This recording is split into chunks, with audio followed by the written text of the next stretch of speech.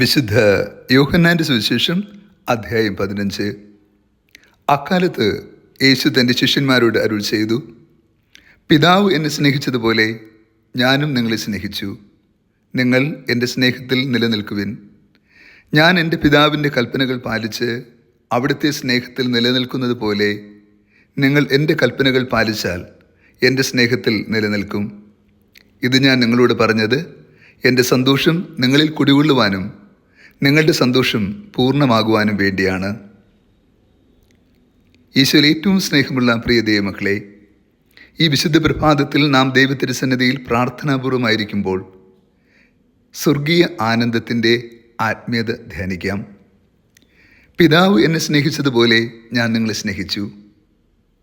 ക്രിസ്തുവിൻ്റെ സ്നേഹത്തിൻ്റെ ആഴവും അർത്ഥവും ഭൂമിയെ പഠിപ്പിക്കുന്ന ഏറ്റവും മനോഹരമായ പദമാണിത്. പിതാവിൻ്റെ അതേ സ്നേഹം ഭൂമിക്ക് നൽകിയ ഏറ്റവും മഹത്തായ വ്യക്തി ക്രിസ്തുവാണ്, ക്രിസ്തു മാത്രമാണ്. അതുകൊണ്ടാണ് യേശു തൻ്റെ ശിഷ്യന്മാരോട് പറയുന്നുണ്ട്, എന്നെ കാണുന്നവൻ എൻ്റെ പിതാവിനെ കാണുന്നു, ഞാനും പിതാവും ഒന്നാണ്.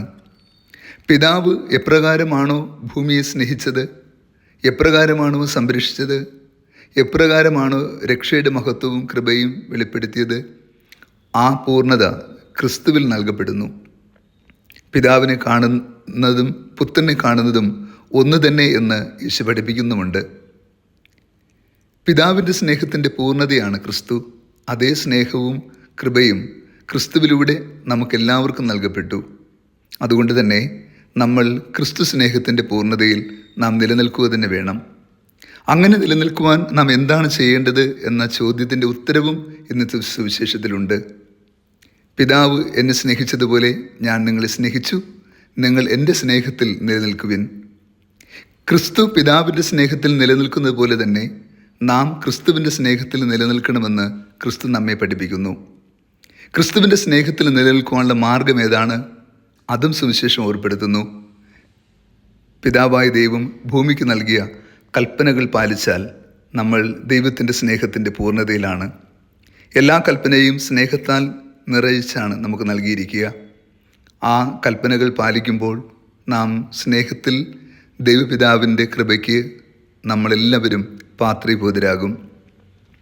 യേശു പറയുന്നു, ഞാൻ ഇതെല്ലാം നിങ്ങളോട് പറയുന്നത് എൻ്റെ സന്തോഷം നിങ്ങളെ കുടികൊള്ളുവാനും നിങ്ങളുടെ സന്തോഷം പൂർണ്ണമാകുവാനും വേണ്ടിയിട്ടാണ്. നാം പൂർണ്ണമായി സ്വർഗീയ സന്തോഷം അനുഭവിക്കണമെന്ന് ദൈവം ആഗ്രഹിക്കുന്നു. ക്രിസ്തു അനുഭവിക്കുന്ന അതേ ആത്മീയ ബലവും കൃപയും നാം എല്ലാവരും അനുഭവിക്കണമെന്ന് ആഗ്രഹിക്കുന്ന ഒരു ദൈവം നമുക്കുണ്ട്. ആ ദൈവത്തിൻ്റെ മനസ്സാണ് ഇന്നത്തെ സുവിശേഷം മുഴുവനും നിലനിൽക്കുക. ക്രിസ്തു നൽകുന്ന കൽപ്പനകൾ പാലിച്ചുകൊണ്ട് നാം വിശ്വസ്തയോടുകൂടി ദൈവഹിതം നിറവേറ്റി മുന്നേറിയാൽ നമ്മുടെ ജീവിതവും പിതാവിൻ്റെ തിരുമനസ്സിനൊത്തതായി മാറും. പിതാവായ ദൈവം ക്രിസ്തുവിനെ സ്നേഹിച്ച അതേ സ്നേഹം കൊണ്ട് ഭൂമിയെ ക്രിസ്തു സ്നേഹിച്ചു. ആ സ്നേഹത്തിൽ നാം നിലനിൽക്കുമ്പോഴും നാമും ദൈവത്തിന് ഏറ്റവും പ്രിയപ്പെട്ട മക്കളായി തീരുകയും ക്രിസ്തു സ്നേഹത്തിൻ്റെ പൂർണ്ണതയിൽ നിത്യസ്വർഗത്തിൻ്റെ പൂർണ്ണത സ്വന്തമാക്കുകയും ചെയ്യും.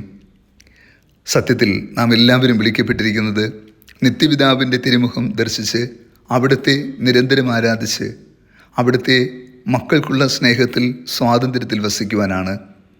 അതിനായി നമുക്ക് നൽകപ്പെടുന്ന ഈ കൃപയുടെ കാലഘട്ടം ഏറ്റവും വിശ്വസ്തയോട് പരസ്പരം സ്നേഹിച്ച് ആദരിച്ച് നന്മയിൽ സ്നേഹത്തിൽ കരുണയിൽ നാം പിന്തുടരുക തന്നെ വേണം.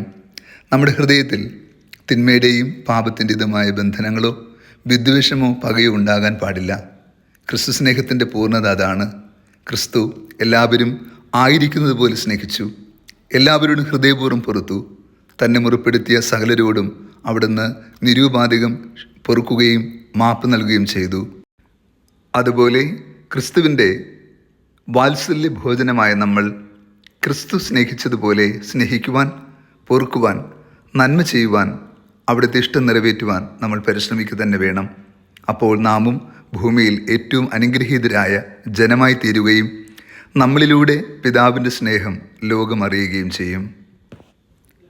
കർത്താവ് നിങ്ങളോട് കൂടെ. സർവശക്തനായ ദൈവം പിതാവും പുത്രനും പരിശുദ്ധാത്മാവും നമ്മെ ഏവരെയും സമൃദ്ധമായി അനുഗ്രഹിച്ച് ആശീർവദിക്കുമാറാകട്ടെ. ആമേൻ.